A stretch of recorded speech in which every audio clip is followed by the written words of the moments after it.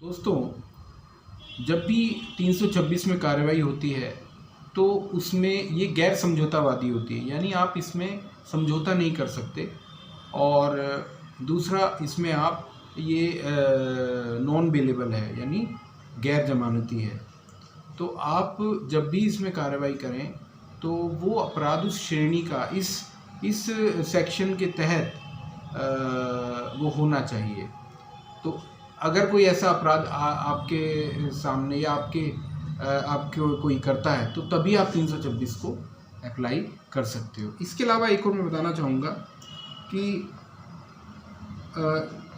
इसमें सिर्फ वेपन्स का ही नहीं है, इसमें अगर कोई ऐसे मीन्स भी यूज, लाइक जैसे मैं बताता हूँ आपको,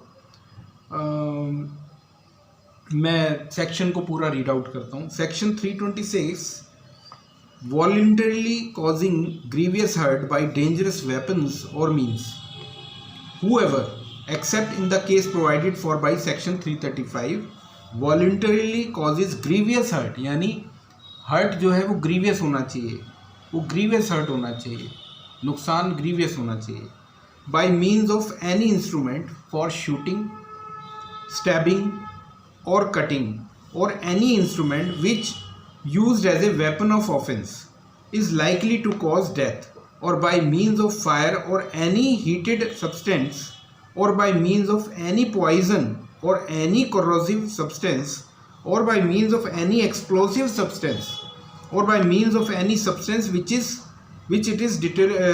deleterious to the human body to inhale, to swallow, or to receive into the blood,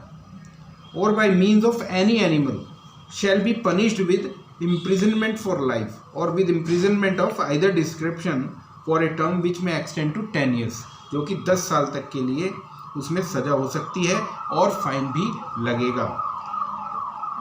दोस्तों, ये अपराध सेक्शन अपने आप में बहुत ही कठोर है।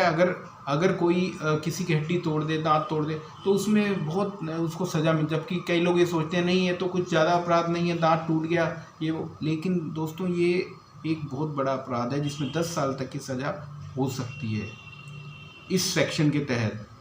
अगर इस तरह का पाया गया कि आपकी जान को बहुत नुकसान हो सकता था। तो दोस्तों, ये है सेक्शन 326 IPC। आई थिंक आपको ये थोड़ा पता चला होगा कि इस सेक्शन में क्या क्या कार्रवाई या क्या हम अपराध जो हैं वो आ जाते हैं। तो okay, thank you, take care, good bye.